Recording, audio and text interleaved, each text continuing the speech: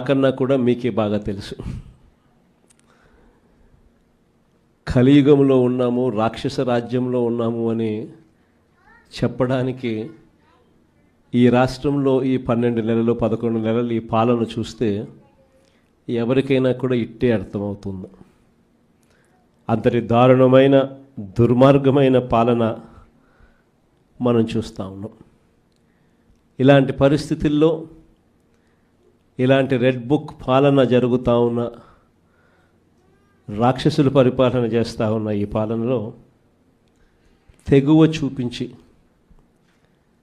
నిబద్ధతతో నిలబడి విలువలకు విశ్వసనీయతకు పెద్దపీట వేస్తూ రాజకీయాలంటే అయ్యా చంద్రబాబు నీ మాదిరిగా చేయడం రాజకీయాలు కాదు, ఎంపీటీసీలమైనా కౌన్సిలర్లమైనా మమ్మల్ని చూసి నేర్చుకో, ఇది రాజకీయం అంటే అని చెప్పి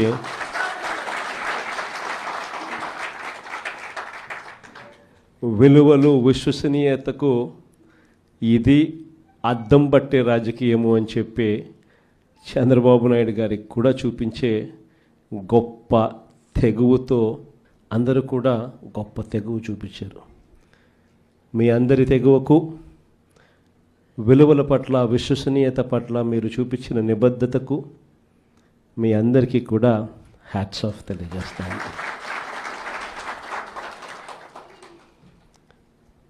మన రాజకీయాలకు చంద్రబాబు రాజకీయాలకు మధ్య తేడా ఈ 12 నెలలు ఆయన పాలన చూస్తే చాలా తేడా కనిపిస్తుంది. అసలు రాజకీయాలు అన్నది ఒకవైపున మనల్ని చూసినప్పుడు రాజకీయాలు అటువైపున కనిపిస్తాయి. ఈ 12 నెలలు చంద్రబాబు నాయుడు రాజకీయాలు చూసినప్పుడు రాజకీయాలు ఇటువైపున కనిపిస్తాయి. ఇద్దరి మధ్య తేడా అంత ప్రస్ఫుటంగా కనిపిస్తూ ఉంది. మనమేమో మన రాజకీయ జీవితం అంతా కూడా, మన ప్రస్థానం అంతా కూడా ఎప్పుడూ కూడా ప్రజలు మనకు అధికారం ఇస్తేనే మనం తీసుకున్నాం. దొడ్డిదారిన వెన్నుపోట్లతోనూ మోసాలు చేసి ఏ రోజు కూడా మనం రాజకీయాలు చేయలేదు. మరోవైపున చంద్రబాబు నాయుడు చూస్తే ఆయన ప్రస్థానం అంతా కూడా స్టార్టింగే వెన్నుపోట్లతోనే స్టార్టింగ్. అక్కడి నుంచి మొదలు పెడితే ఆయన ప్రస్థానం సొంత కూతుర్నిచ్చిన మామను ఎన్టీ రామారావు గారిని వెన్నుపోటు పడడం దగ్గర నుంచి మొదలు పెడితే, ఆ తర్వాత అధికారం కోసం ప్రజలను ఒకసారి కాదు, 2 సార్లు కాదు, ఎప్పుడూ ఆయన